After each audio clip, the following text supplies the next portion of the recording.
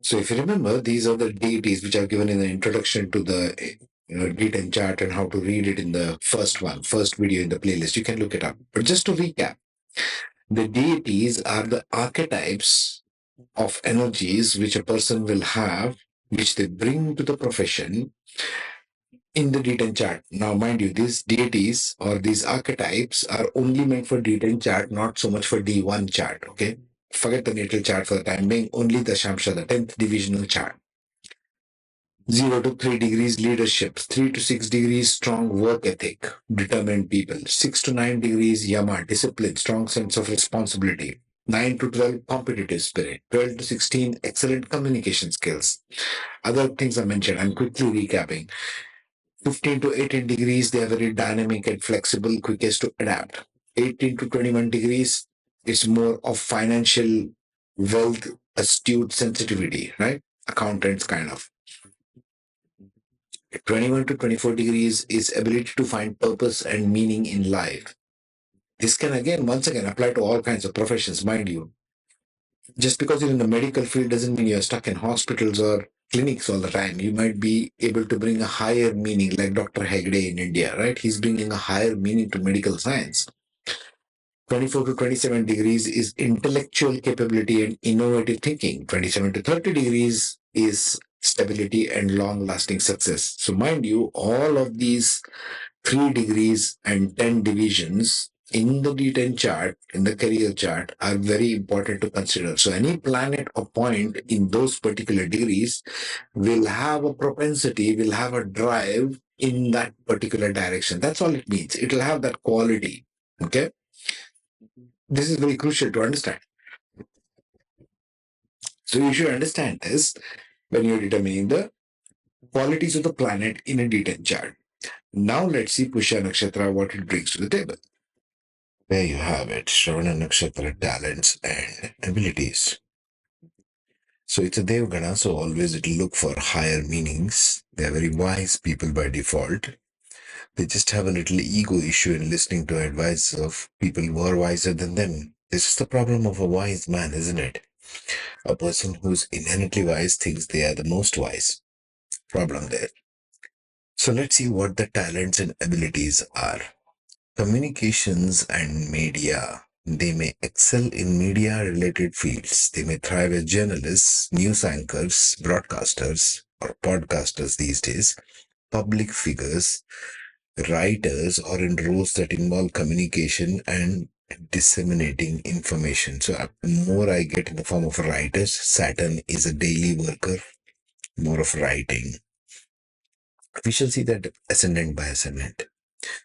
Education and academics. They may excel in education and academic fields. Teachers. Vishnu is a teacher in this case. It's a Brahmin kind of approach. They may thrive as teachers, professors, researchers, scholars, or in roles that involve higher education and intellectual pursuits. Now, I have put in the planets there against each. You can look it up. Okay. Watch this on a bigger screen. Counseling and mentoring. They may excel in counseling and mentoring professions. They may thrive as counselors, life coaches, mentors, therapists, or in roles that involve helping others navigate their personal and professional challenges. Think of this. Shravana falls in Capricorn. It's the heart of Capricorn. And Capricorn is all about work, the traditional 10th house. So naturally, they become good coaches for anybody in career counseling. Administration and management, of course. They may excel in administration and management roles. They may thrive as administrators, executives, project managers, team leaders. Saturn. So you've got to look for Saturn, Mercury, and Moon. Mars more of than Moon, I would put in this case. I don't know why I have stuck in Mars there. More of Mars, not more of Moon. Because it shines in the 10th house anyway. Saturn plus Mars in the 10th for Shravana Nakshatra will shine. Healing and alternative medicine. It's a curious one. They may excel in healing professions. They may thrive as healers, therapists, acupuncturists, energy healers, or in roles that involve promoting well-being through healing. Now, in this case, it can be Saturn, Moon, and Ketu also. Alternate healing, I told you before, it's more of Ketu energy. Saturn plus Ketu plus Mars. Mars is the one which physically harms, so to speak. Acupuncture is physically harming.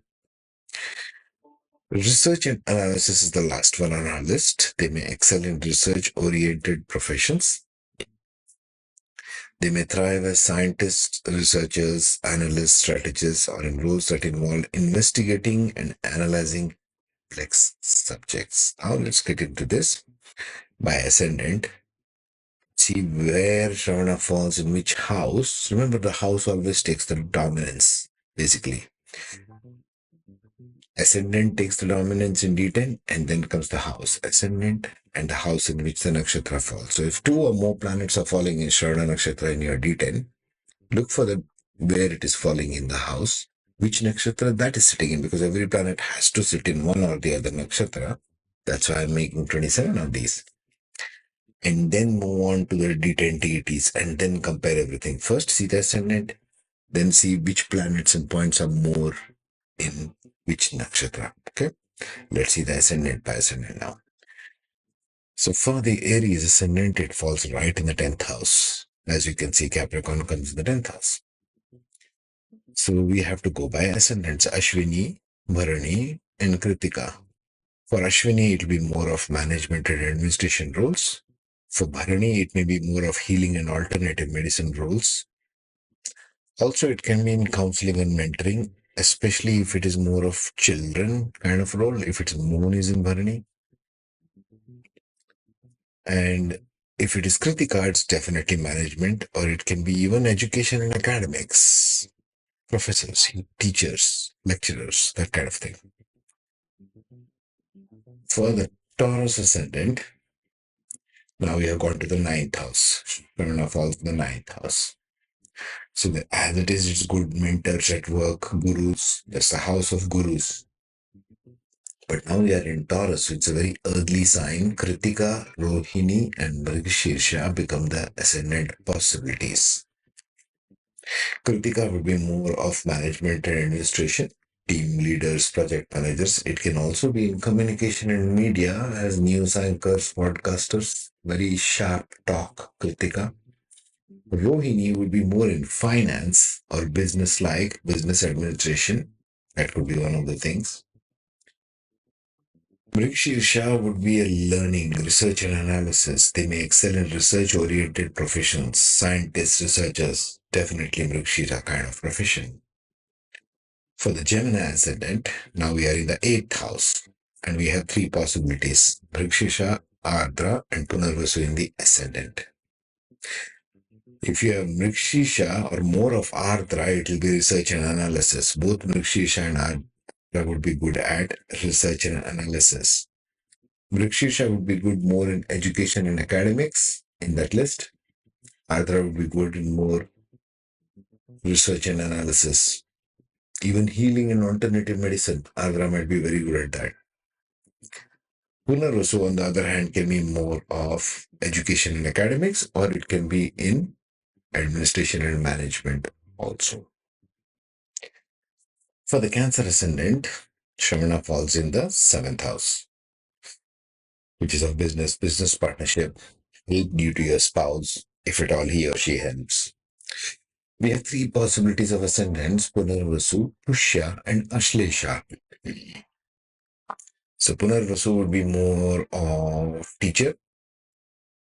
Punarvasu and Pushya in this case would be more of teacher roles, counseling, mentoring, and then education and academics, both Punarvasu and Pushya. Ashlesha, on the other hand, may be into alternate healing in this case. Okay. For the Leo ascendant, Shravana falls in the sixth house, which is the house of daily work, debts, diseases, lousy house, basically.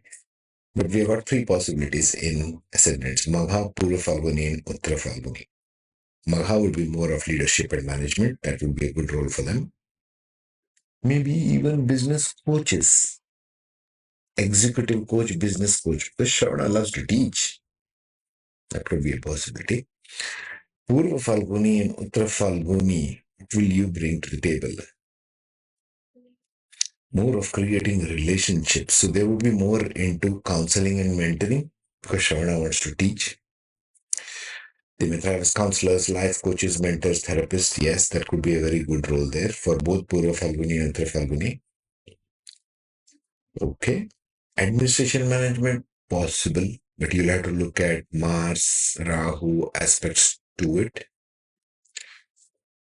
For the Virgo ascendant, now we are Shravana in the fifth house, creative intelligence. The ascendant possibilities are Uttara Falguni, Hasta, and Chitra. Uttara Falguni will be more of administration and management. Hasta will be more of healing and alternative medicine, possible. Okay, if ascendant is in Hasta, hands-on healing, Reiki, possible there.